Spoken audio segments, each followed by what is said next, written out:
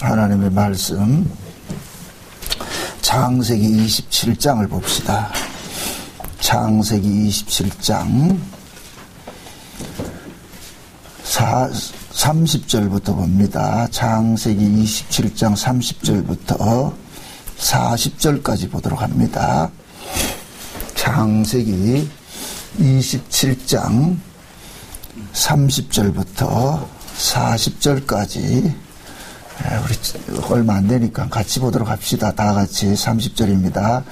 이삭이 야곱에게 축복하기를 마침에 야곱이 그 아비 이삭 앞에서 나가자 곧 그 형 에서가 사냥하여 돌아온지라 그가 별미를 만들어 아비에게로 가지고 가서 가로되 아버지여 일어나서 아들의 사냥한 고기를 잡수시고 마음껏 내게 축복하소서. 그 아비 이삭이 그에게 이르되 너는 누구냐? 그가 대답하되 나는 아버지의 아들 곧 아버지의 맏아들 에서로소이다. 이삭이 심히 크게 떨며 가로되 그런즉 사냥한 고기를 내게 가져온 자가 누구냐? 너 오기 전에 내가 다 먹고 그를 위하여 축복하였은즉 그가 정령 복을 받을 것이니라. 에서가 그 아비의 말을 듣고 방성대고 가며 아비에게 이르되 내 아버지여 내게 축복하소서. 내게도 그리하소서. 이삭이 가로되 내 아우가 간교하여 와서 내 복을 빼앗았도다. 에서가 가로되 그의 이름을 야곱이라 함이 합당치 아니하니까 그가 나를 속임이 이것이 두 번째니이다. 전에는 나의 장자의 명분을 빼앗고 이제는 내 복을 빼앗았나이다. 또 가로되 아버지께서 나를 위하여 빌복을 남기지 아니하셨나이까. 이삭이 에서에게 대답하여 가로되 내가 그를 너의 주로 세우고 그 모든 형제를 내가 그에게 종으로 주었으며 곡식과 포도주를 그에게 공급하였으니 내 아들아 내가 내게 무엇을 할 수 있으랴. 에서가 아비에게 이르되 내 아버지여 아버지의 빌복이 이 하나뿐이리까 내 아버지여 내게 축복하소서. 내게도 그리하소서 하고 소리를 높여 우니 그 아비 이삭이 그에게 대답하여 가로되 너의 주소는 땅의 기름짐에서 뜨고 내리는 하늘 이슬에서 뜰 것이며 너는 칼을 믿고 생활하겠고 내 아우를 섬길 것이며 내가 매임을 벗을 때에는 그 멍에를 내 목에서 떨쳐버리리라 하였더라. 아멘. 기도합시다. 고마우신 아버지 하나님, 오늘 또 은혜 가운데 저희들을 부르시고 창세전에 감췄던 그 구원의 비밀들을 우리에게 깨닫게 하여 주실 줄을 믿고 감사를 드립니다. 하나님, 주께서 성령의 감동으로 기록하신 말씀입니다. 성령께서 이 야곱의 축복 사건과 에서의 그 축복받지 못한 이 사건을 이 시대에 무엇을 증거하기 위해 기록하였는지 잘 깨달아 알 수 있도록 성령께서 지혜와 계시의 정신을 우리에게 허락해 주시옵소서. 그래서 이 사건을 통하여서 하나님께서 이 역사 속에서 창세전에 감췄던 그 비밀들을 어떻게 이루어가고 있는지를 깨달아 알 수 있는 시간이 되어지게 도와주시옵소서. 증거하는 종이나 듣는 모든 무리들이 한 성령 안에서 성령의 감동하심으로 증거케 하시고 들려지는 역사가 일어나게 도와주시옵소서. 감사를 드렸고 그리스도 되신 예수님의 이름으로 기도합나이다. 아멘. 하나님께서 하시는 일들은 이 땅에서 이렇게 하시는 일들은 우리 인간들의 생각을 비껴가는 식으로 일을 하십니다.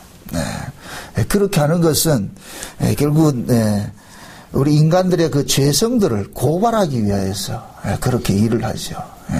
그래서 하나님께서 이 땅에서 일을 하시는 것은 항상 우리 생각이 반이성적이죠. 우리 생각과 같이 일을 하지 않는다는 얘기입니다. 그래서 우리는 그런 걸 통해 가지고서 우리의 생각이 틀렸구나. 그런 걸 우리가 깨닫게 되죠. 하나님께서 그렇게 일을 해 가십니다. 오늘 우리가 이 본문을 읽었던 이 내용을 보면은 에서가 사냥을 한 고기를 가지고서 별미를 만들어 와가지고서 아버지 앞에 나가서 축복을 이제 받고자 합니다. 앞서서 우리가 지난 시간에 살펴본 것은 이삭이 나이가 들고서 눈이 어두워서 이제 아들에게 이 가업을 넘겨줄 그 위임식을 하려고 그랬잖아요. 장자의 복을 이제 주는 그런 어떤 그 의식을 행하는데, 그래서 이삭은 에서에게 이야기를 합니다. 에서가 장자이기 때문에 에서를 불러가지고 에서야 이제는 이 애비가 나이도 늙고 그러니까 이 가문을 네가 이어받아야 안 되겠느냐. 그렇게 해서 에서에게 이제 장자의 축복을 해주겠다고 해서 이제 별미를 만들어서 아버지에게 가져오면은 내가 너를 축복해줄게. 그렇게 해서 이삭은 에서에게만 가르쳐줬는데 그 이야기를 누가 들었느냐면은 리브가가 들었어요. 그러니까 리브가가 이 소리를 듣고서 리브가 생각에는 그 두 아이를 잉태했을 때 하나님께 받은 계시가 있단 말이죠. 계시가 있어가지고서 리브가는 이건 아닌데 이 집안의 장자는 누구냐? 차자인 야곱이 장자가 되는 것으로 되어 있기 때문에 리브가는 팍뜨기 어떻게 하느냐? 야곱을 시켜가지고서 야곱을 부릅니다. 너네 아버지가 지금 네 형에게 장자권을 남기려고 그러는데 이거는 하나님께서 허락하는 것이 아니다. 그렇게 해서 내가 시키는 대로 했어. 하라고 그래가지고 야곱에게 염소떼에 가가지고 좋은 염소를 잡아가지고서 가지고 오면은 내가 아버지의 입맛에 맞는 별미를 만들어가지고 줄 테니까 너는 그거 들고 가서 아버지 앞에 축복받으라. 그렇게 했단 말이에요. 그러니까 야곱이 하는 이야기가 어머니요. 내가 지금 보시다시피 엄마가 알다시피 형하고 나하고 다르지 않습니까? 형은 털이 많은 사람이고 나는 매끈매끈한 사람입니다. 이 얘기는 에서는 멋진 사람이고 자기는 유약한 사람이라는 얘기예요. 볼품이 없는 사람이라는 얘기예요. 그래서 아버지가 가면 대단히 알아볼 텐데 내가 어떻게 그걸 합니까? 그러니까 리브가가 니는 아무 소리 하지 말고 너한테 돌아갈 그 저주는 내가 이 애미가 다 감당을 할 테니까 애미 시킨 대로 해라. 그래서 이 리브가가 집안에 있던 그 에서가 입는 장자의 옷을 좋은 옷을 이제 꺼내가지고서 야곱에게 입히고 그 염소 가죽을 가지고서 매끈매끈한 그게 치장을 하고서 그렇게 해서 돌려보내면서 한 가지 당부를 합니다. 아버지한테 갈 때 절대로 너 이름 밝히지 말고 형의 이름으로 나가라. 그래서 야곱이 그 엄마의 말을 듣고서 아버지 앞에 나가서 복을 달라고 할 때 이삭이 그러지 않습니까? 네 음성이 야곱의 음성인데 한번 와봐라. 그러니까 이삭이 야곱에게 가까이 와가서 만져보니까 그 야곱의 옷이 에서의 옷이란 말이죠. 그래서 아비 이삭은 에서의 그 옷의 향취를 맡고서 뭐 했다? 축복을 했다 그럽니다. 그래서 야곱이 아버지 앞에 나갈 때도 그러잖아요. 내가 아버지의 맏아들 에서로서이다 이렇게 나갔다 그랬어요. 그래서 이삭은 결국 누구를 축복을 한 거냐? 에서를 축복한 것이 돼버렸거든요. 그런데 그 축복이 끝나고 나가지고서 에서가 지금 들어온 거예요. 에서가 들어와가지고서 아버지 앞에 와가지고서 아버지 내가 진짜 에서인데요. 그러니까 이삭이 오늘 본문의 몇 절을 볼 것 같으면은 33절을 볼 것 같으면은 이삭이 심히 크게 떨며 이야기하는 얘기 가로되 그러잖아요. 이삭이 심히 떨었다 이 얘기는 비로소 이삭이 이걸 깨달은 거예요. 이삭은 인간적 입장에서 가문의 장자는 가문을 이어갈 장자는 힘 있는 자가 장자가 되기를 원하는 거예요. 그 가문을 이어가기를 원하는 거예요. 쉬운 얘기로 회사 큰 회사를 가지고 있는 그 회장님이 그 그룹을 누구에게 물려주겠느냐 말이죠.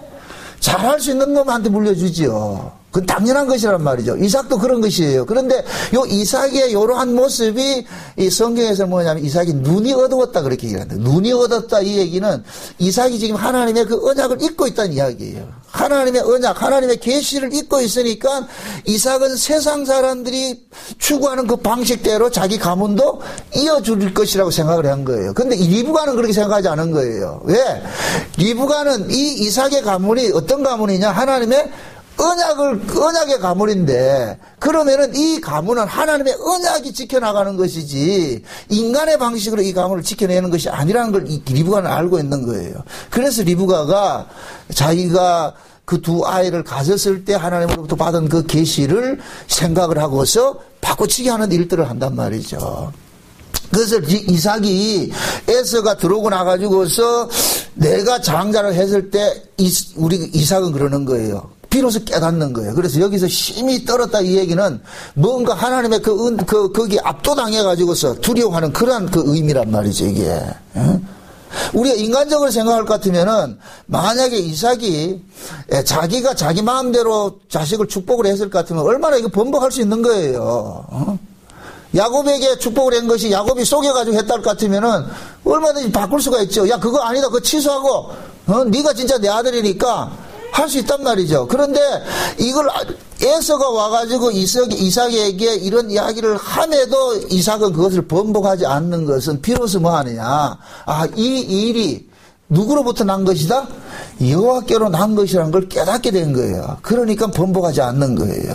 그러면서 지금 이삭이 그 야곱에게 하는 그 이야기가 뭐냐면은 37절에 봅니다. 37절에 보면 이삭이 에서에게 대답하여 가로되 내가 그를 너의 주로 세우고 그 모든 형제를 내가 그에게 종으로 주었으며 곡식과 포도주를 그에게 공급하였으니 내 아들아 내가 내게 무엇을 할 수 있으라. 그러니까 지금 그러는 거예요. 에서에 그러는 거예요.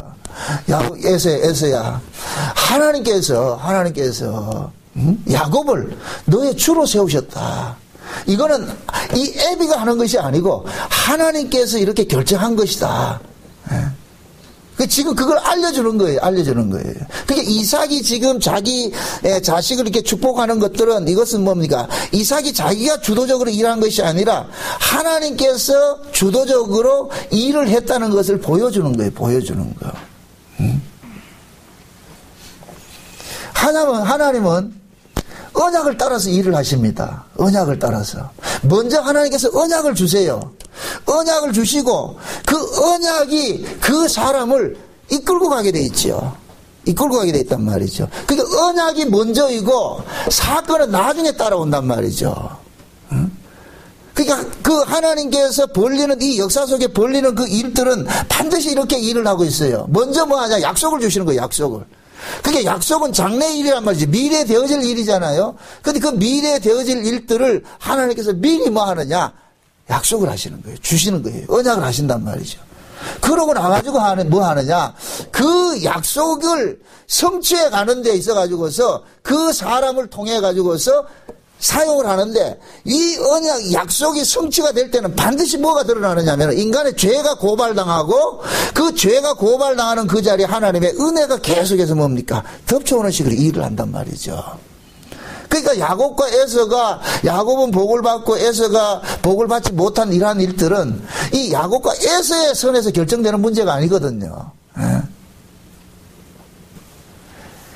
하나님께서는 이 역사를 이끌어 가실 때에 먼저 뭐 하느냐, 하나님 계획을 세우셨단 말이죠. 창세전에 어떤 계획을 세우셨는데 그 계획을 이 땅에서 펼쳐 보이는데 이 세상에서는 그걸 몰라요. 이 하나님께서 이 세상을 만들어 놓고 이 세상에 있는 사람들은 세상의 방식대로 이 역사를 움직여 가려고 그런단 말이죠. 그러나 하나님께서는 이 역사를 창세전에 언약하신 것을 근거로 해가지고 이 역사를 만들었기 때문에 인간의 방식대로 이 역사를 다스려가지 않아요. 다만 하나님께서는 창세전에 언약한 그 근거에 따라 가지고 이 역사를 이끌어 가시죠. 그래서 그 언약에 근거해서 이 역사의 환경들이 조성이 되는 거예요. 조성이 된단 말이죠. 그 신자들은 이걸 볼 수 있는 사람이 되어야 되는 거예요. 예수님께서 제자들 보고 그런 얘기를 하잖아요. 너희가 천기는 분별할 줄 알면서 시대에 뭐를 볼 줄 모른다? 표징을 보지 못한다 그러죠. 시대의 표징. 그러니까 이 시대도 하나의 뭐가 되는 거예요. 하나님께서 그 창세전 언약을 이루어가는 데 있어서 하나의 뭐가 되는 거예요. 표징이 되는 거예요. 사인이 되는 거예요. 사인이. 시대 상황이 옛날 시대하고 지금 시대하고 다르잖아요. 다른 그것은 결국 뭐냐. 이 시대가 결국 하나님께서 이 시대를 통해 가지고서 하나님께서 어떻게 이 역사를 이끌어 가시는가를 보여주는 하나의 시금석이 돼버린단 말이죠. 이게 표사이 돼버린단 말이죠. 그러니까 우리는 뭐냐, 이 시대를 보고서 뭐를 봐야 되느냐, 하나님의 뜻을 볼 줄 알아야 돼요. 뜻을 볼 줄 알아야 된다니까. 요한계시록 보면 아시아 7교회가 나옵니다. 아시아 7교회는 이 역사, 하나님께서 역사를 다뤄가는 데 있어 가지고서 이 역사 속에서 교회를 세우시고 그 교회를 통해서 역사를 보여주는 거예요. 교회를 통해 가지고. 그래서 아시아 7교회는 예수님께서 초림으로부터 예수님의 재림까지의 전 시대의 교회상을 보여주는데 그것을 뭐냐, 그 시대마다 하나님께서 교회를 통해서 보여준다. 그래서 맨 마지막의 교회가 무슨 교회다? 라오디게 교회예요. 라오디게 교회. 그럼 라오디게 교회의 모습이 어떤 모습이냐? 전부 다 뭐냐? 눈 멀고 발가벗고 있는 거예요. 그런데 스스로는 어떻게 생각하고 있어요? 나는 부자라 부여해요. 부족한 것이 없다 생각한단 말이죠. 그거 지금 이 시대 우리에게 이야기해주고 있는 거예요. 우리에게. 지금 이 시대 신자들이 스스로는 믿음이 좋다고 생각하는데 하나님이 보실 때는 아니라는 거예요. 아니라는 거예요. 지금은 이상하게 복음이 곡해가 돼가지고서 복음을 알고 난 이후에 신앙이 개판으로 흘러가 버리고 있다니까. 이건 아니거든요. 이게 스스로가 뭐냐? 복음을 오해를 해가지고서 복음 아는 것이 마치 신앙의 전부인 줄 생각을 해가지고서 그러니까 과거에 내가 법 안에서 행하였던 이런 모든 일들을 다 버리는 형식이 되어버렸어요. 버리는 형식으로. 제가 그런 이야기를 합니다. 은혜는 반드시 법을 통해서 드러난다 그랬어요. 은혜는 법을 통하여서. 법이 없는 데는 은혜가 드러나지 않아요. 그래서 반드시 은혜를 받은 사람은 그 은혜가 은혜되기 위해서 법이 계속해서 뭡니까? 법을 쫓아가게 돼 있다니까요. 과거에는 법을 위해서 법을 집행을 했는데 이제는 뭐냐? 은혜를 드러나기 위해서 법이 집행이 된다니까. 그래서 제가 그런 이야기를 하는 거예요. 진짜 은혜를 아는 사람은 율법주의가 된다 그랬어요. 율법주의란 이야기는 오해를 하지 마시란 말이죠. 율법 안에서 행하는 것은 율법주의예요. 그것은 율법의 의의를 삼기 위해서 한 것은 율법주의가 되는데 은혜 아래 들어와가지고선 그 은혜가 너무도 크고 감사하기 때문에 내가 자발적으로 뭐하냐 하나님의 뜻을 쫓아가는 모습으로 나타나는 것을 율법주의라 생각한단 말이죠. 근데 지금은 그렇게 되어 있지 않다니까. 점점 뭐 하느냐. 복음 알았으면 땡인 거예요. 그 다음부터. 그래서 모이지도 않고 기도하지도 않고 아무것도 안 하는 것으로 되어버렸단 말이죠. 이게 라오디게아 교회 모습이란 말이죠. 그래서 예수님께서 그러는 거예요. 라오디게아 교회에. 너희들이 진짜 네 믿음이 있는지 안약을 사서 한번 발라봐. 그 안약이 뭐겠어요? 약국에 가서 바르는 안약이에요? 아니란 말이죠. 말씀을 한번 보란 말이에요. 말씀을. 너희 앞서서 행했던 믿음의 선진들이 어떤 모습으로 살았는지 한번 보라는 거예요. 성경이 그래서 기록이 되어 있으니까. 우리는 그 길을 가게 되어 있다니까요. 예수님께서 걸어가셨던 그 길을 우리는 반드시 뭐 하냐? 걸어가게 되어 있어요. 이건 우리의 의지와 상관이 없어요. 하나님께서 우리를 그 길로 인도해 가신다니까. 그래서 제가 조금 전에 그 얘기를 했잖아요. 언약이 먼저이고 언약이 우리를 이끌어가면서 뭐 하냐? 언약이 담고 있는 사건들을 자꾸 유발을 시킨다니까. 우리 삶 속에서. 그래서 우리의 신앙들은 날마다 뭐가 되느냐? 하나님 앞에 우리 인생이 차압당하는 식으로 살아가게 돼 있단 말이죠. 그런데 지금 이 시대는 안 그렇다니까. 복음 알고 나가지고서는 차압당하는 것이 아니라 지 맘대로 사는데요. 지 맘대로. 행여 여러분들이 나 복음 알았기 때문에 교회 모이는 거 뭐 대수롭지 않지 뭐 내 복음 알면 됐죠. 그거는 크게 미혹당하고 있는 거예요. 그건 옳은 것이 아니에요. 그래서 사도 바울이 이런 것들을 알고 나가지고 모이기를 패하는 어떤 자들의 습성을 본받지 말라 그러는 거예요. 초대교회도 그런 인간들이 있었어요. 이게 이름하여 영지주의자들인데 지금 이 시대도 영지주의자들이 있단 말이죠. 복음을 빌미 삼아가지고서 자기 몸의 사욕을 쫓아가는 인간들이 있어요. 그런데 그것이 사람들 듣기에는 달콤하게 들린다고 선악과처럼. 그래서 하나님께서는 일을 해 가시는데 반드시 뭐 하냐면은 먼저 언약을 주시고 그 언약이 우리를 이끌고 가는 방식으로 주시는데 그 언약을 의인화하면 누구예요? 예수죠. 예수. 예수님께서 우리 가운데 오신 것은 결국 우리로 하여금 누구의 삶을 살도록끔 하게 하기 위함이냐? 예수의 삶을 살도록끔 하기 위함이에요. 그러면 예수님의 삶을 사는 데 있어가지고 우리가 고분고분하냐? 아니에요. 여기에서 죄가 터져나온단 말이에요. 그래서 제가 먼저 그러잖아요. 언약이 먼저 주어지고 언약이 사건을 일으키면은 그 사건 속에서 무엇이 드러나냐? 죄가 터져나오고 그 다음에 뭐냐? 그 죄 속에서도 하나님의 은혜가 드러나게 된다니까.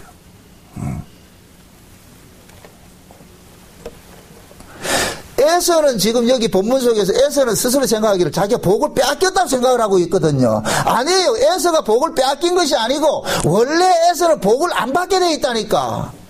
원래 하나님의 복은 야곱에게 가게 돼 있어요. 근데 에서가 착각을 하고 있는 거예요. 그러니까 에서는 자기가 장자이기 때문에 당연히 복이 온다고 생각을 했는데 하나님께서는 원래 계획에 그 아이들이 엄마 뱃속에 있을 때 그렇게 계획을 안 세웠다니까. 로마서를 한번 봅시다. 로마서. 로마서 9장을 한번 봅시다.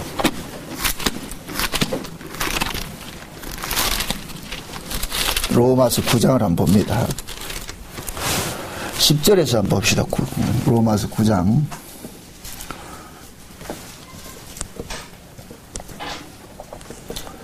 10절부터 봅니다. 10절부터 13절까지 한번 봅시다. 13절까지 한번 봅니다. 다 봅시다. 이뿐 아니라 또한 리브가가 우리 조상 이삭 한 사람으로 말미암아 잉태하였는데 그 자식들이 아직 나지도 아니하고 무슨 선이나 악을 행하지 아니한 때에 택하심을 따라 되는 하나님의 뜻이 행위로 말미암지 않고 오직 부르시는 이에게로 말미암아 서게 하려 하사 리브가에게 이르시되 큰 자가 어린 자를 섬기리라 하셨나니 기록된 바 내가 야곱은 사랑하고 에서는 미워했다 하신과 같으니라. 자 보세요. 하나님께서 리브가가 잉태를 했을 때 이야기를 해줍니다. 누구를, 큰 자가 작은 자를 섬기는데 큰 자는 누구다? 에서고 작은 자는 누구고? 야곱이고 그랬죠. 그러면서 여기서 뭐라 그래요? 나는 야곱은 사랑하고 에서는 뭐 했다? 미워했다 그러잖아요. 그러니까 하나님께서 야곱과 에서를 뒀는데 한 사람은 사랑의 그릇으로 만들었고 하나는 미움의 그릇으로 만드는 거예요. 이건 서로가 짝이에요. 짝. 사랑을 드러내기 위해서 미움이 있어야 되는 거예요. 미움이 있어야 된단 말이죠. 사랑을 드러내기 위해서 마치 이 땅에 자기 백성 구원받은 성도를 위해서 구원받지 못한 불신자를 두는 거예요. 그러니까 우리는 불신자를 통해 가지고 뭘 보느냐면은 세상에 내가 구원을 받았어요. 이게 놀라고 하나님의 사랑을 입고 있어야 이걸 깨닫게 하는 거예요. 나 구원받았다 땡 이게 아니고. 그러니까 진짜 우리가 구원을 받은 사람들은 이방인들을 예수 안 믿는 사람 무시할 것이 아니라 그들을 통해 가지고서 야 하나님께서 내가 가문한 복을 내가 하나님으로부터 엄청난 그 은혜를 입고 사는구나 이걸 깨닫게 만드는 거예요. 그거 하기 위해서. 그러니까 지금 이 에서 입장에서는 아 내가 장자인데 내가 복받을 사람인데 내 복을 빼앗겼다 이렇게 생각하는 것은 이건 착각이란 말이죠. 원래 하나님께서는 복은 누구에게 가게 있느냐? 야곱에게 가게 돼 있는 거예요. 근데 이삭이 눈에 얻어가지고서 그 일을 모르니까 하나님께서 리브가를 통해 가지고 그것을 뭐 합니까? 제자리로 돌려놓는 작업을 하는 거예요. 그래서 창세기 1장을 볼 것 같으면은 하나님께서 천지 창조를 하시고 났는데 창세기 1장 1절에 태초에 하나님이 천지를 창조하시리라고 2절에 어떤 모습이 나타나요? 이 땅의 모습이 어떤 모습이에요? 흑암과 혼돈과 기품과 막 뒤죽박죽되고 있잖아요. 그럴 때 하나님의 말씀이 떨어져 가지고 어떻게 합니까? 뒤죽박죽된 그 혼돈된 세계에서 뭐 합니까? 정리정돈을 하는 일도를 나타나죠. 창조란 이야기는 제자리로 찾아가는 거예요. 제자리로 찾아간단 말이에요. 그러니까 지금 이 하나님께서 이삭의 가문 속에서 복을 원래 하나님께서 계획한 것은 누구에게 계획했어요? 야곱에게 계획했잖아요. 근데 아버지가 지금 누구에게 복 주려고 그래요? 에서에게 복 주려고 그러잖아요. 그럼 에서가 이삭이 에서에게 복을 줄 것 같으면 여기 타락이라니까 타락. 그래서 하나님께서는 그 타락을 다시 뭐 하느냐? 창조하는 일을 하는 거예요. 새로운 일로 제자리로 찾아가는 일로. 지금 이해돼요? 그러니까 지금 이 로마서가 사도 바울이 그 얘기를 하는 거예요. 성령 충만을 받고서 로마서가 야곱과 에서 이야기를 딱 봤는데 어떻게 봤느냐? 아, 하나님께서는 야곱은 복주기로 하고 에서는 미워하기로 했구나. 그래서 야곱과 에서는 하나님께서 야곱에게는 계속 뭐냐? 사랑을 보여주는 그릇을 계속 쓰는 거예요. 그러니까 야곱이 사랑으로 보여주는 그릇을 계속 쓰려면 야곱이 자기가 잘난 자가 되면 안 된다니까. 그래서 야곱의 일생을 보면은 우리는 흔히 착각이라고 야곱이 하나님 앞에 순종해서 복받고 잘 살았다는 생각 천만의 말씀 그런 게 아니라니까. 야곱은 진짜 뺀돌거리고 살았다니까. 그런데 하나님께서 그 야곱을 계속해서 뭐 하냐? 야곱의 뜻을 기각시키고 야곱이 품었던 야망들을 잠깐만 깨뜨려버리고 그러면서 뭐 하냐? 하나님께서 계속 그를 뭐 하냐? 긍휼로 당하는 모습으로 쓴 거예요. 왜 그러냐? 야곱은 하나님의 사랑을 보여주기 위해서 만든 그릇이기 때문에. 이해됩니까? 여러분들이 신자라고 해가지고 그 사람이 세상 사람보다 반듯하게 착하고 잘 산다고 생각하지 마세요. 물론 그렇게 살아야 되는 것이 그런 지향성을 가지고 있으세요. 그러나 우리는 그렇게 살지 못해요. 그러면서 어떻게 하냐? 만약에 예를 들어가지고 지금 이 시대에 그러잖아요. 한국 교회 안에서 이 세상 사람들은 기독교를 보고 뭐라 그래요? 기독교라 그럽니까? 뭐라 그래요? 개독교로 그러죠. 개독교. 세상 사람들 말이 맞아요. 개독교라니까. 개 같은 놈들이 모여가지고 있는 곳이 이 교회라니까. 그런데 어떻게 해서 이 개 같은 놈들이 하나님께서 뭘 보여주냐? 은혜를 보여주신다니까. 사랑을 보여주신다니까. 이 역사를 아셔야 돼요. 지금 이해돼요? 물론 교회가 욕먹지 말아야 돼요. 신자가 세상 사람보다 더 착하게 살고 욕먹지 말아야 되는 것이 원칙인데, 그런데 인간들이 그렇게 안 되더란 말이죠. 세상 사람들 입장에 상식으로 생각했을 때는 저 기독교인들, 저 인간들이 천당 간다면 난 천당 안 간다 그러는 거예요. 어떻게 저런 인간들하고 같이 갔냐? 그게 결국 뭐냐? 그들의 교만인 거예요. 그들의 교만이라니까. 그들을 무엇을 근거로 해서 저 개독교가 가는 천당에 안 간다 그래요? 자기 행위죠. 자기 행위. 그게 믿지 않는 자들의 교만이라니까. 우리는 뭐냐? 개독교 소리 들어가면서 우리는 뭐하냐? 주여 맞습니다. 내가 개 같은 짓을 하고 살면서 그런 인간인데, 이런 인간이 지금 내가 용서받고 산다는 이 사실이 난 놀랍고 놀랍습니다. 그래서 우리는 할 말이 없어야 돼요. 할 말이 없어요. 그들에게 가지고 따뜻하시라는 얘기가 아니고 그들에게는 미안한 마음으로 사세요. 세상 사람들에게는 항상 미안한 마음으로 죄송합니다. 신자가 신자답게 해주지 못해가 죄송합니다. 그렇게 하되 스스로 거기서 낙심해가지고 말이야 자학하지 말고 하나님 앞에 나와서는 맞습니다. 내가 저 사람보다 나은 건 아무것도 없습니다. 그럼에도 내가 지금 은혜를 받고 있는 것은 하나님의 그 창세전 그 언약에 은혜에서 내가 지금 용서받고 살고 있습니다. 그거 아시라고 그거를. 야곱이 잘난 놈이 아니에요. 근데 야곱은 지금 뭐하냐? 하나님의 그 언약에 따라서 뭘 받았냐? 복을 받았어요. 복을 받았어요. 그럼 야곱은 늘 뭐가 돼야 되느냐? 형하고 비교가 되잖아요. 그래서 야곱은 못난 놈이고 형은 잘난 놈으로 세워놓는 거예요. 그러니까 잘난 형이 있는데 못난 내가 지금 이 은혜를 이렇게 저 복을 받고 산다는 이 자체가 곧 뭐가 되느냐? 계속해서 야곱은 뭐냐? 내가 하나님 은혜를 입고 사는구나. 이걸 깨닫게 만드는 거예요. 이걸 깨닫고. 좋은 신앙은 뭐냐? 마땅히 난 저주받아야 되는데 저주받지 않고 예수 그리스도의 그 피 흘리심으로 내가 용서받고 산다는 이 사실을 깊이 깨닫고 그냥 하나님 앞에 나올 때 주여 나 같은 죄인이 또 용서받고 삽니다. 주의 은혜로 삽니다. 이 고백이 나오는 거예요. 이 고백. 하나님은 탕자 비유에서 마다들을 원치 않아요. 인간적으로 보면 우리는 다 마다들 같은 사람을 원해요. 그러나 하나님은 마다들을 원치 않는다니까. 마다들이 나빠서가 아니에요. 마다들에게는 은혜가 없어요. 너무 잘나니까.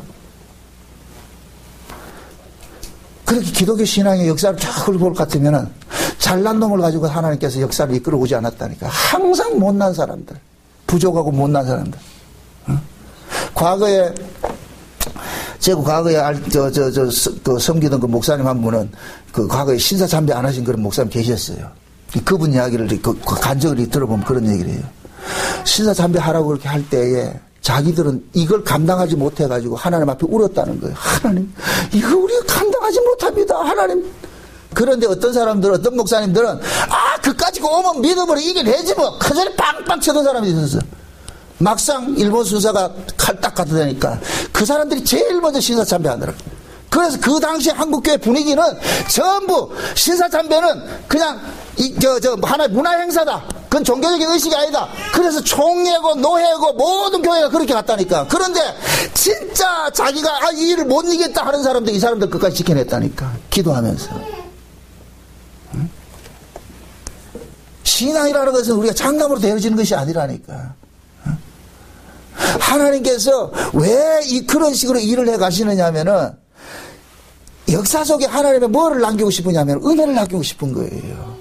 세상의 논리를 따질 것 같으면 마땅히 사라져야 될 그들인데 하나님께서는 그 세상 논리로 마땅히 사라져야 될 그들을 붙잡고 계심으로 인하여서 이것이 이들이 살아남은 것은 곧 뭐냐? 이들의 능력이 아니고 누구다? 하나님의 은혜라는 걸 보여주는 거예요. 그래서 하나님께서는 이 세상에 두 가지 그릇을 만들어 놓은 거예요. 하나는 긍휼을 보여주는 그릇이 있고 하나는 뭘 보여주는 것이다? 진노를 보여주는 그릇이 있는 거. 다시 한번 보세요. 21절 보세요. 21절 보세요. 9장 지금 로마서 9장 21절 보세요. 21절에서 24절까지 한번 봅시다. 같이 봅시다. 토기장이가 진흙 한 덩이로 하나는 휘 있을 것을 하나는 천이 있을 그릇을 만들 구원이 없느냐. 만일 하나님이 그 진노를 보이시고 그 능력을 알게 하고자 하사 멸하기로 준비된 진노의 그릇을 오래 참으심으로 관용하시고 또한 영광 받기로 예비하신 바 긍휼의 그릇에 대하여 그 영광의 부요함을 알게 하고자 하셨을지라도 무슨 말 하리요. 이 그릇은 우리니 곧 유대인 중에서 뿐만 아니라 이방인 중에서도 부르신 자니라. 자 보십시오. 지금 보세요. 지금 하나님께서는 토기장이가 되셔가지고 두 가지 그릇을 만들었다 그럽니다. 두 가지 그릇을. 무슨 그릇을 만들었다 그래요? 하나는 무슨 그릇? 긍휼을 보여주는 그릇이고 하나는 무슨 그릇? 진노를 보여주는 그릇이라 그랬잖아요. 그죠? 그럼 긍휼을 보여주는 그릇이 되려면은 그 긍휼을 보여주는 그릇으로 선택을 입은 사람에게는 자기 잘난 것이 있을까요? 없을까요? 없겠지요. 하나님의 긍휼을 보여주기 위해서 그 사람이 잘난 자가 안 된다니까. 잘난 자가. 야곱을 하나님께서 만약에 우리 세상 논리대로 할 것 같으면 하나님이 야곱을 장자로 삼을 것 같으면은 태어났는데 보니까 에서가 비실비실하고 야곱이 건장해야 돼요. 그래야 하나님께서 맞구나. 이 처음 난 놈 이 에서는 비실비실하고 안 되니까 야곱을 하나님께서 장자로 삼게 하셨구나. 이렇게 우리는 그렇게 생각해야 되는데 그런데 리브가가 막상 낳고 보니까 누가 잘난 놈이냐면 에서가 잘난 놈이라. 이건 장자감이라. 장자감. 근데 야곱은 아무리 봐도 이거는 장자감이 아니라 이거. 그러니까 그 야곱과 에서를 가지고서 하나님께서는 뭐를 보여주느냐. 긍휼의 그릇이고 하나의 진노의 그릇을 지금 하나님께서 쓰고 있는 거예요. 그래서 못난 야곱을 하나님께서 사용하시는 거예요. 사용하신다는 거예요. 다시 말합니다. 에서가 장자의 복을 빼앗긴 것이 아니에요. 원래 하나님께서는 에서를 복주기로 작정하지 않았어요. 야곱에게 복이 돌아가기로 돼 있다니까. 그런데 에서가 자기가 복이 자기 것인 줄 알고 있었단 말이죠. 그러니까 하나님께서 아니야. 이건 네 것이 아니고 누구 것이다? 야곱의 것이야. 야곱의 것이야. 당연히 에서는 그 복을 받을 것이라고 생각을 했는데 그것이 자기 것이 안 되니까 뭐가 생기는 거예요? 적개심이 생기죠. 하나님이 하시는 일에 반기가 들죠. 그러니까 보세요. 에서가 야곱이 복을 받고 나가지고 나고 나니까 에서가 그 심령 속에 무슨 일이 일어나는 거예요? 분노가 가득해가지고 어떻게 합니까? 야곱을 뭐 해요? 죽이고자 그러죠. 그럼 그 이야기는 에서는 누가 봐도 자기가 뭐를 받아야 된다? 장자의 복을 받는 것이 당연하다고 생각한 거예요. 당연하다고. 곧 받아야 된다고 당연하다고 생각하는 그것이 뭐냐면은 죄란 말이죠. 에서는 왜 자기가 당연히 장자의 복을 받아야 된다고 생각합니까? 자기가 잘났으니까. 자기 잘났으니까. 나 잘났기 때문에 난 복 받아야 돼. 근데 하나님께서 그것을 반대로 일어나니까 잘난 놈이 지금 복을 받지 못하고 저주받게 생겼으니까 불타고 나는 거예요. 화가 나지요. 그래서 적개심이 생기단 말이죠. 이걸 쉬운 얘기로 비유로 듣게요. 우리 교회 안에서 열심히 행한 사람이 있고 열심히 행하지 않는 사람이 있는데 목사가 예를 들어서 열심히 행한 사람은 거들떠 보지 않고 약한 사람을 돌아볼 것 같으면 어떻게 하냐. 열심히 행한 사람이 뭐냐. 불타고 낸단 말이죠. 실제 우리 교회에서 있었던 일들을 말씀드릴게요. 전에 어떤 분들이 우리 교회에 있었어요. 그렇게 계셨는데 그분들은 자칭 나름대로 잘하시는 분들이야. 그래서 새로운 분들이 오셨어요. 내가 그래서 그렇게 해서 광고를 했어요. 그분들한테. 잘하시는 분들한테. 저분들은 지금 새로 왔기 때문에 내가 아무래도 관심을 그쪽에 많이 가질 겁니다. 섭섭해하지 마시고. 그런데 내가 그분들에게 관심을 가지니까 이분들이 시기가 발동이 돼가지고 나중에 교회 다 나갔다니까. 그게 결국은 뭐냐. 왜 우리가 잘했는데 목사 니는 잘한 우리는 칭찬 안 해주고 저 새로 들어온 못 사는 사람 저 사람 제가 그랬거든요. 저 사람들이 새로 왔기 때문에 목사가 당연히 관심을 갖지 않겠습니까? 양해하세요. 미리 얘기를 해줬는데도 안 되더라니까. 그게 인간이라니까요. 전 나간 그분들을 원망하고 싶은 생각이 있어. 그분들도 그런 과정을 겪어서 또 하나님의 긍휼의 자리로 하나님께서 간섭해 가시겠죠. 하나님의 택한 백성일 것 같으면은. 그 교회 안에서는 얼마든지 이삭의 집안에서 일어난 일들이 일어날 수가 있다 없다? 있는 거예요. 그래서 제가 늘 그러는 거예요. 교회 안에서는 항상 앞선 자들이 조심하라고. 선줄로 생각하는 자는 넘어질까 조심해야 되는 거예요. 조심해야 된다. 집안의 어른은 그렇잖아요. 우리가 흔히 이야기를 할 때에 마지는 부모를 대신한다 그러잖아요. 마지는 부모를 대신한다 그러잖아요. 그러면은 마지가 부모를 대신한다 이 얘기는 그 마지가 동생들을 어떻게 다 돌봐야 돼요. 그저 부모 심정같이 사랑으로 돌보고 이렇게 해야 되잖아요. 그럴 때 부모가 어떻게 합니까? 아이고 그래서 저 녀석이 내가 없어도 부모가 없어도 저놈이 그렇지 동생들 잘 챙기겠구나. 그럴 때 부모가 흐뭇해잖아요. 근데 이 마지가 마지 노릇 하면서 어떻게 하냐. 동생들 막 싹 잡아버릴 것 같으면 어떻게 합니까? 혼내잖아요. 하나님이 지금 그렇다니. 하나님의 심정이 그렇다니까. 그러니까 하나님의 심정은 뭐 하느냐? 아이고 저 녀석 그냥 가만두면은 스스로 살 수 없으니까. 그래서 하나님께서는 그 스스로 살 수 없는 그에게 늘 사랑을 쏟아붓는 거예요. 사랑을 쏟아붓는단 말이에요. 그럴 때 그 스스로 살 수 없는 그놈이 산 배후에는 바탕에는 계속해서 뭐가 드러나느냐? 하나님의 은혜가 드러난다니까. 하나님은 이 땅에 딱 하나 남기고 싶어하는 거 딱 하나밖에 없어요. 하나님의 은혜예요. 그 은혜가 의인화돼서 나타난 것이 뭐냐? 예수님의 십자가 사건이라니까. 예수님께서 왜 십자가에 죽으셨어요? 예수님이 십자가에 죽지 않아도 돼요. 그런데 그 죽지 않아도 되실 그분이 십자가에 대신 죽은 것은 인간 같지 않은 우리를 위해서 대신 죽었다니까.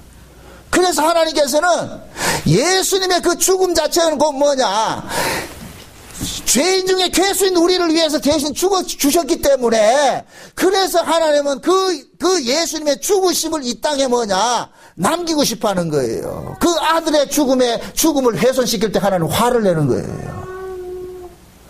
그럼 이것을 우리가 역으로 이렇게 생각을 해보세요. 우리가 언제 한 예수 그리스도의 그 십자가의 은혜를 우리가 감사하고 언제 그 십자가의 은혜를 우리가 배척하느냐. 내가 잘났다고 생각을 할 때 십자가의 은혜는 사라져버리는 거예요. 내 스스로 잘났다고 생각할 때.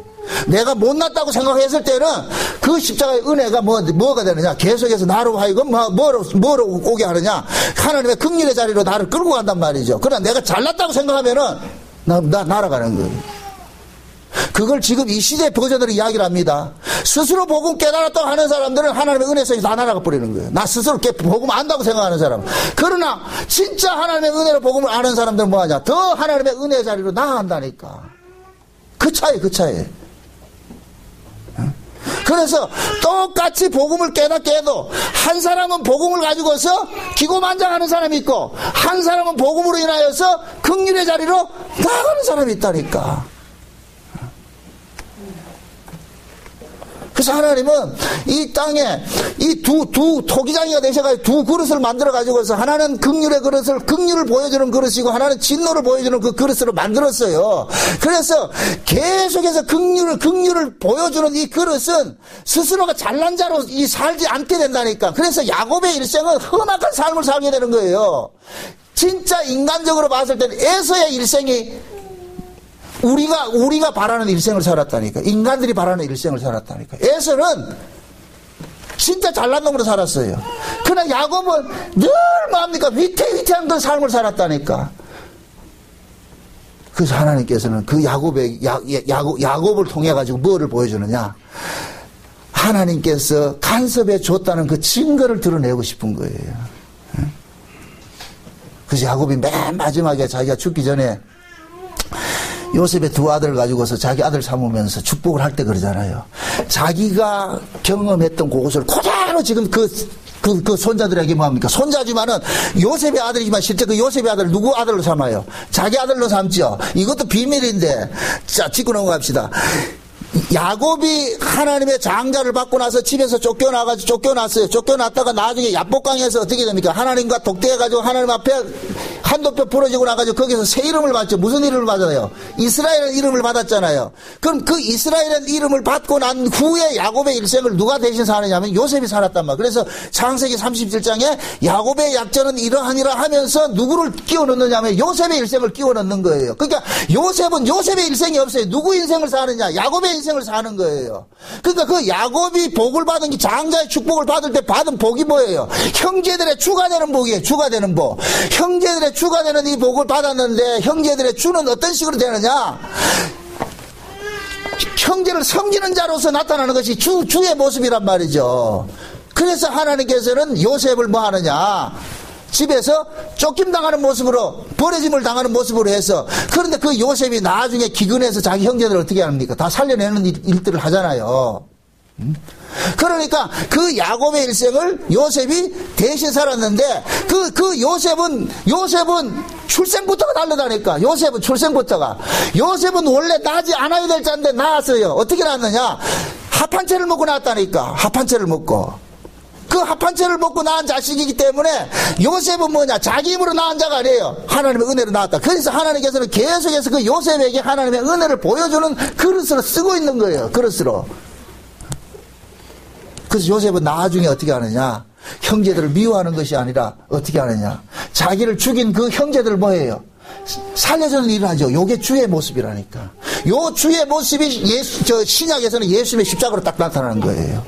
예수님께서 주가 되시기 위해서 십자가의 죽으심으로 인하여서 자기 목숨을 버려주심으로 인하여서 우리를 뭐합니까? 용서하여서 뭐가 됐어요? 주의 자리가 앉게 됐죠. 그러니까 하나님께서는 야곱은 계속해서 그 일생 속에 긍휼을 보여준단 말이에요. 긍휼을 보여준다. 시편 105편 한번 봅시다. 시편 105편을 한번 봅시다. 시편 105편입니다.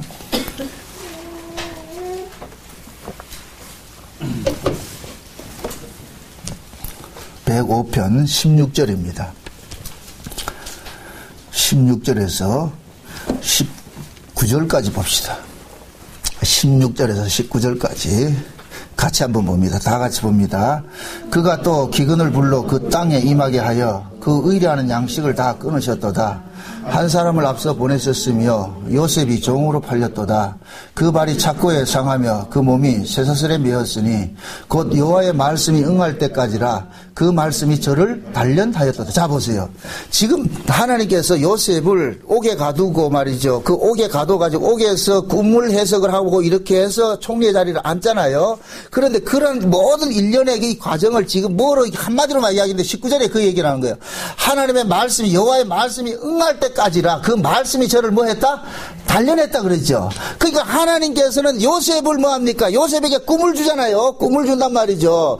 창세기 37장에 볼 것 같으면은 요셉이 아비로부터 사랑을 입고서 그 사랑 입은 증거로 채색을 입었는데 그 채색을 입으면서 하나님께서 뭐 합니까? 요셉에게 꿈을 줬는데 어떤 꿈을 줬느냐? 한 번은 나가보니까 저 곡식단이 서 있는데 그 곡식단이 서 있는데 자기 곡식단이 중간에 딱 서 있고 나머지 형제들의 곡식단이 자기를 중심으로 해서 전부 뭐 하더라? 절을 하더라 그런단 말이에요. 절을 하더라. 그러면서 또 한 번 꿈을 꿨는데 뭐냐? 하늘에 있는 해와 달과 별들이 전부 자기에게 뭐 하더라? 절을 하더라 그러더란 말이죠. 그걸 아버지한테 얘기를 하니까 야곱이 그러잖아요. 야 이놈아 그건 네가 주가 되는 꿈인데 그거 아무도 말하면 안 된다. 어? 요셉은 그 꿈을 받은 거예요. 그게 지금 언약이에요. 하나님께서는 요셉에게 내가 너를 이렇게 다루고 가겠다는 것에 계시를 준 것이란 말이죠. 그 계시가 요셉에게 주어지자 요셉은 그때부터 주가 되는 그 코스로 지금 나아가게 되는 거예요. 그래서 형제들한테 미움을 받고서 애굽으로 팔려가게 됐고 그 팔려가서 옥에 갇히게 됐고 이것을 지금 이 시편 기자는 뭐라 그러냐? 하나님의 말씀이 응하기까지 하나님의 그 약속이 응하기까지 그 말씀이 그 요셉을 뭐 했다 그래요? 단련을 했다 그러잖아요. 그러니까 하나님께서는 뭐하냐? 요셉에게 먼저 언약을 주시고 꿈을 주시고 그 꿈을 이루어가는 게 나중에 사건화돼서 따라가는 거예요. 그럼 그걸 지금 우리에게 적용을 해봅시다. 저와 여러분들이 창세전에 하나님께서 구원 주시기로 작정을 했어요. 작정을 한 자들인데 구원을 받은 자들은 반드시 누구의 운명에 동참하는 자로 되어 있다? 예수 그리스도의 운명에 동참하는 자로 되어 있는 거예요. 그런데 그 예수 그리스도의 운명에 동참하는 자로서 우리가 구원을 받았단 말이죠. 그래서 우리의 일생이 저와 여러분들이 원치 않는 그 길로 자꾸만 밀려가는 거예요. 끌려가는 거예요. 그 끌려가는 것이고 뭐냐? 우리가 복음을 받으면은 누가 환영해 주는 것이 아니라 그 복음으로 인하여서 주변에 욕을 먹고 핍박받는 구조 속으로 밀려가는 거예요. 지금 이거 이해돼요? 여러분들의 뜻대로 인생이 안 사라지는 것은 지극히 정상이라니까. 왜 그러냐?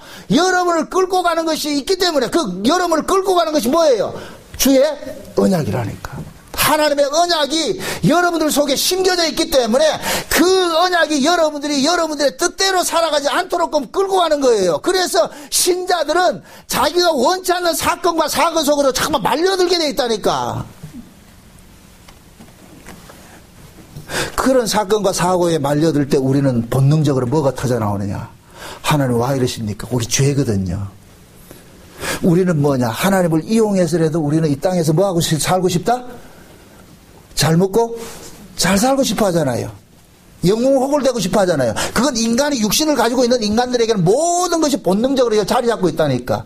그래서 우리는 본능적으로 예수 믿었기 때문에 이 땅에서 뭐 해야 된다? 잘 먹고 잘 살아야 된다 그렇게 생각하고 있단 말이죠. 그러나 하나님의 언약은 예수 믿었기 때문에 잘 먹고 잘 사는 것이 아니라 예수 때문에 너희는 누구 구조 속으로 말려간다. 예수의 구조 속으로 끌려가게 돼 있단 말이죠. 그래서 우리의 원치 않는 대로 하나님께서 우리를 끌고 가는 거예요. 근데 끌려갈 때마다 우리가 박수치면서 할렐루야 아멘 해서 가는 것이 아니고 하나님 와 이러십니까? 왜 또 내게 이런 고난을 주십니까? 이런 아픔을 주십니까? 그러면서 우리는 그 속에서 뭐가 있냐? 죄가 터져나오고 죄가 발산되는 그 자리에 뭐가 계속 따라오느냐? 하나님의 은혜와 용서와 긍휼이 따라온다니까.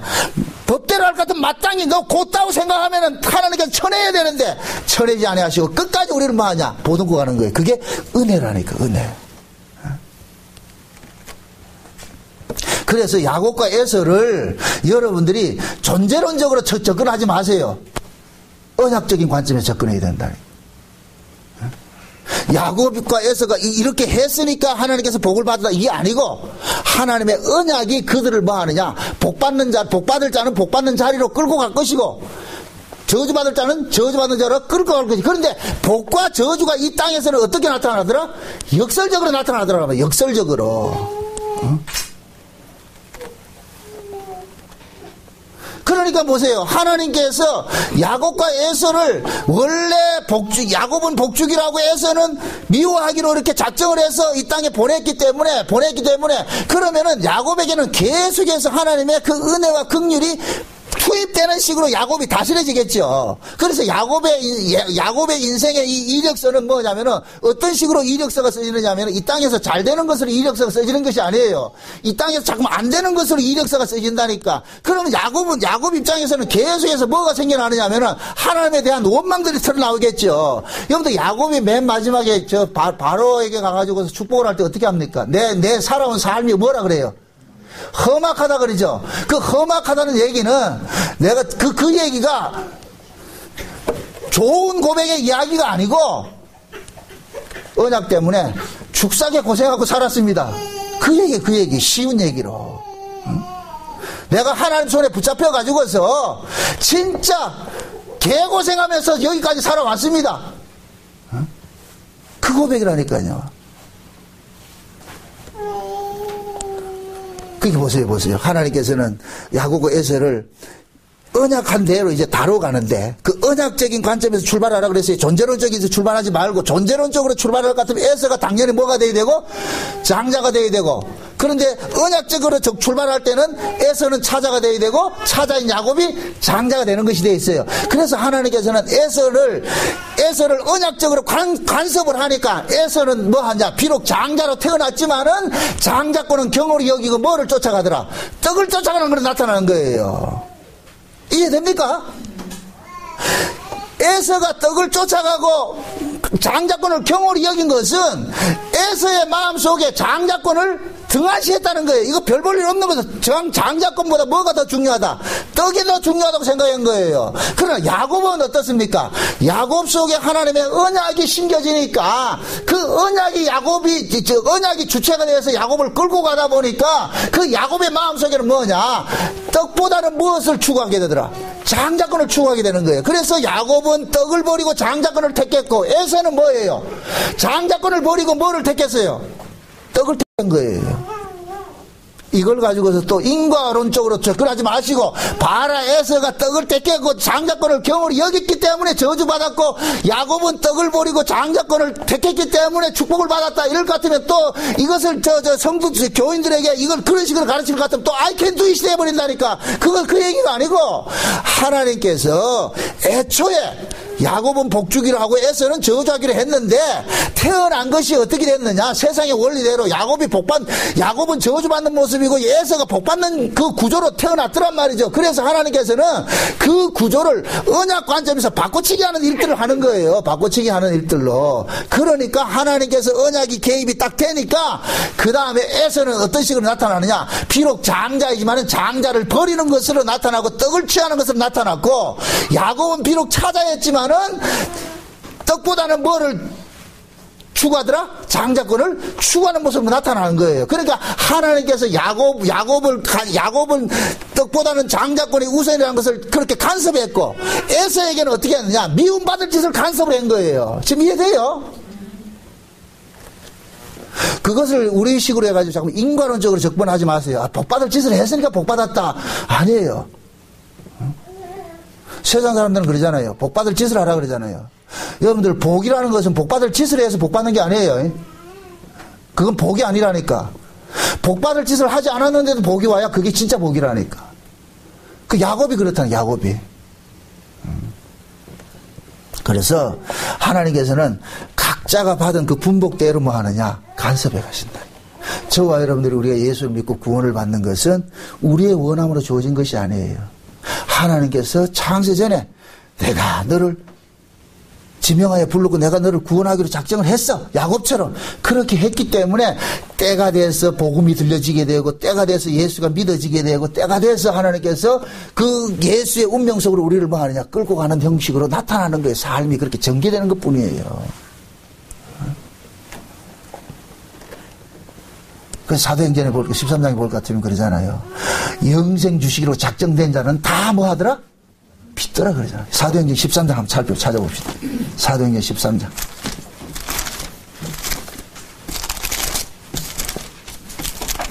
사도행전 13장 한번 봅시다. 48절 한번 봅시다. 48절.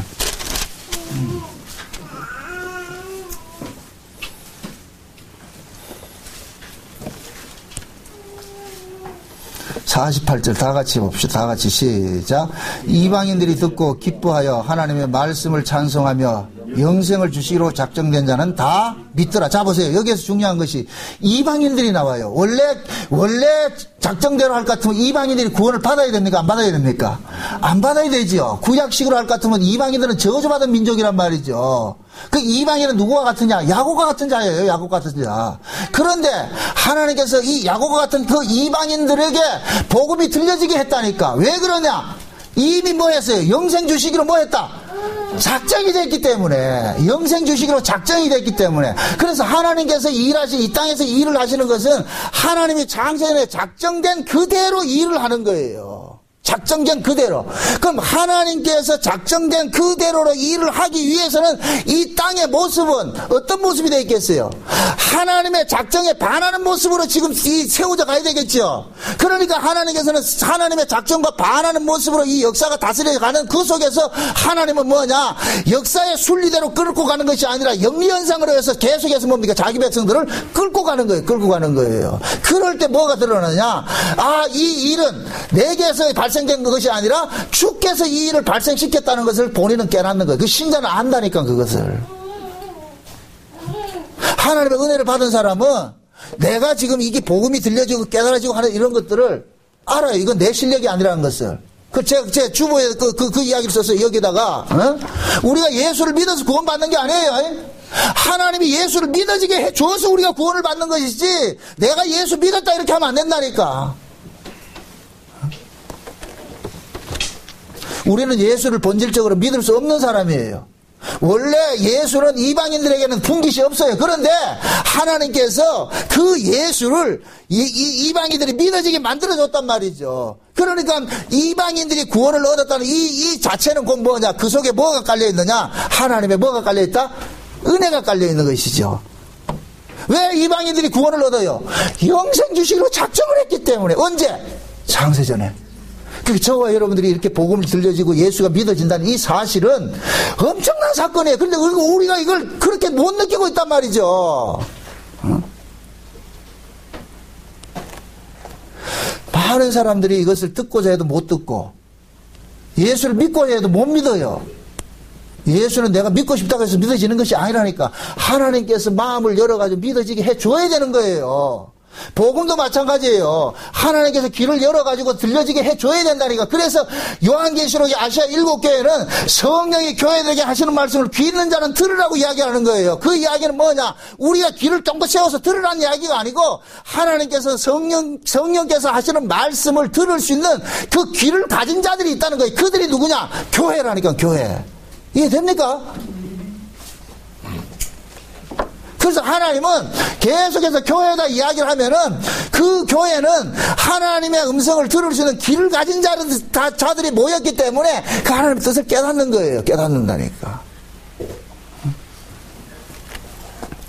그래서 하나님께서는 복을 주시기로 한 자는 반드시 복을 받아야 되고, 하나님께서 구원하시기로 작정된 자는 다 구원을 해야 돼요.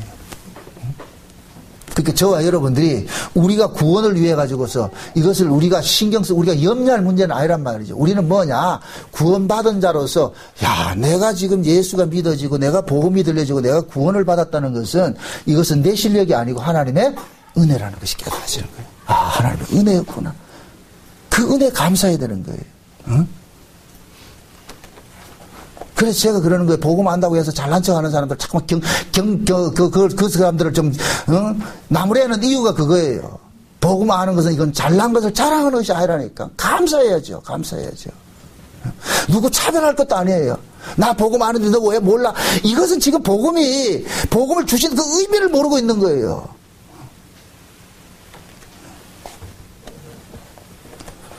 그래서 하나님께서 지금 이삭을 통해 가지고서 야곱과 에서에게 복을 주는데 그러잖아요. 에서가 아버지요, 나한테 줄 복이 이거밖에 없습니까? 내한테 줄 복은 없습니까? 그러니까 이삭이 야곱에게 에서에게 하는 복이 뭐냐면 너는 이 땅에서 기름진 땅을 차지하지 못한다. 하늘에 이슬도 없다. 너는 그냥 칼을 믿고 의지하고 살 것이다. 그 이야기는 결국 뭐냐? 야곱에게는 하늘의 이슬과 기름진 땅을 준다 그랬죠. 이것은 곧 뭐냐? 하나님께서 야곱을 은혜로 간섭하는 것이고, 그러나 에서는 뭐냐? 기름진 땅도 없고 이슬도 안 준다는 얘기는 하나님의 은혜로 에서를 간섭하지 않고 유기를 시켜놨다는 얘기예요. 그러니까 유기가 되니까 에서는 뭘 믿고 사느냐? 자기 힘을 믿고 사는 거예요. 자기 힘을 믿고 사는 거예요. 그걸 칼을 의지하고 산다 그러는 거예요. 그럼 그걸 지금식으로, 우리식으로 이야기를 할 것 같으면은, 야곱과 같은 사람은 뭐냐? 늘 하나님의 은혜를 사모하며, 그 하나님의 은혜 보좌 앞에 나가서 구하고, 하나님의 은혜로 사는 거예요. 반대로, 에서 같은 사람은 하나님의 은혜 없어도 스스로 독자적인 힘으로 살지요. 독자적인 힘으로. 그래서 교회 안에는 지금도 두 부류가 있어요. 야곱 있고 에서가 있어요. 야곱의 계열이 있고 에서의 계열이 있다니까. 누가 야곱의 계열이냐? 야곱과 같이 늘 하나님의 은혜를 사모하는 자, 자기 힘으로 사는 자가 아니라 하나님의 은혜로 사는 자가 야곱의 계열이고, 에서의 계열은 뭐냐? 스스로 힘으로 사는 자, 스스로 힘으로 사는 자. 저와 여러분들이, 우리는 모두가 뭐와 같은 존재였느냐? 에서와 같이 그렇게 살아가기를 소망하는 자들이었는데, 하나님의 은혜가 우리에게 덮쳐와서, 너는 너의 힘으로 사는 자가 아니라 하나님의 은혜로 사는 자라는 것을 자꾸만 깨닫게 만들어서 각성시켜주니까 지금 요만큼이라도 우리가 서 있는 거예요. 지금이라도 하나님께서 우리에게 은혜를 거둬가실 것 같으면 우리는 여전히 또 누구같이 사느냐? 내 힘 의지하고 사는 그런 자로 돼버리는 거예요. 그래서 하나님께서 늘 자기 백성들에게 뭐냐? 너희들은 사는 것이 내 은혜로 산다는 것을 깨닫게 하기 위해서 때로는 우리가 원치 않는 어떤 사건과 사고들이 일어나서 그 사건과 사고를 통해서 하나님의 백성 반드시 깨달아요. 그 사건과 사고를 통해서 내가 지금까지 하나님의 은혜로 살아왔다는 이 사실들을 깨닫고 그 사건과 사고 속에서 오히려 원망하고 불평하는 것이 아니라 도리어 뭐 하느냐? 감사한다니까. 그 사건과 사고를 통해 가지고서 내가 지금까지 하나님의 은혜로 살아왔던 이 사실을 다시 한번 깨닫고 감사하게 된다니까. 그런 하나님의 은혜 속에 있지 않은 사람들은 사건 당할 것 같으면 원망하죠. 하나님 내한테 왜 이런 일을 시련을 줍니까? 이렇게 하죠. 야곱과 에서가 가는 그 길들은 이미 하나님께서 창세전에 정해놓은 그 길대로 정해놨기 때문에 하나님은 그 정해놓은 그 길이 이 역사 속에서는 어그러져 있기 때문에 하나님이 그 인생들을 간섭해가지고서 원래 자기 자리로 걸어가도록 하나님께서 기차 레일에다 심어주는 거예요. 야곱은 야곱의 레일에 심어주고 에서는 에서의 레일에 심어주고, 그렇게 함으로 인해서 그들은 뭐냐, 자기들이 살아온 그 삶이 자기 원함, 자기 뜻대로 자기의 원함과 자기 힘으로 살아온 것이 아니라 하나님의 은혜로 살았다는 이 사실들이 마지막에는 고백이 되어진다니까. 그래서 우리의 신앙의 마지막 끝에는 뭐냐, 나의 나 된 것은 모든 것이 하나님의 은혜라는 그 고백의 자리로 여러분이 나아가셔야 돼요. 하나님께서 반드시 그렇게 만들어 가세요. 만들어 가신다니까. 그러니까 지금 우리는 그 길을 가고 있어요. 가면서 여러분의 삶 속에서 일어나는 어떤 일들이라도 모든 것이 언약적인 관점에서 사건을 보시란 말이죠. 왜 이런 일이 일어났지 이렇게 생각하지 말고, 하나님의 언약 안에 있기 때문에 이런 사건이 일어났구나, 그렇게 생각을 하시고, 그렇게 생각이 될 때 일어난 사건과 사고는 아무것도 아닌 거예요. 응? 하나님은 지금 저와 여러분에게 언약을 심어줬어요. 그 언약이 심어준 분이 그 언약을 위해서 반드시 우리 인생을 개입을 하셔서 그렇게 간섭을 해 가십니다. 앞으로도 하나님께서 여러분들 인생을 간섭해 가실 때, 물론 여러분들의 뜻대로 인생이 사라지지 않습니다. 그럴 때마다 왜 내 인생이 내 뜻대로 안 사라질까? 그것은 하나님께서 내 주인이 되셔서 나를 간섭하고 계시는구나, 이 사실을 깨달으시고 그 속에서 감사하며 사시기를 주의 여러분 축원드립니다. 기도합시다. 아버지 하나님 감사합니다.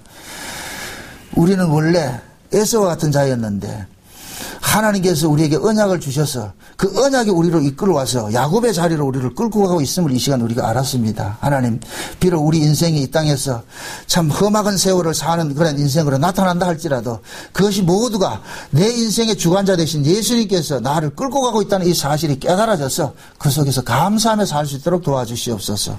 예수님의 이름으로 기도합나이다. 아멘.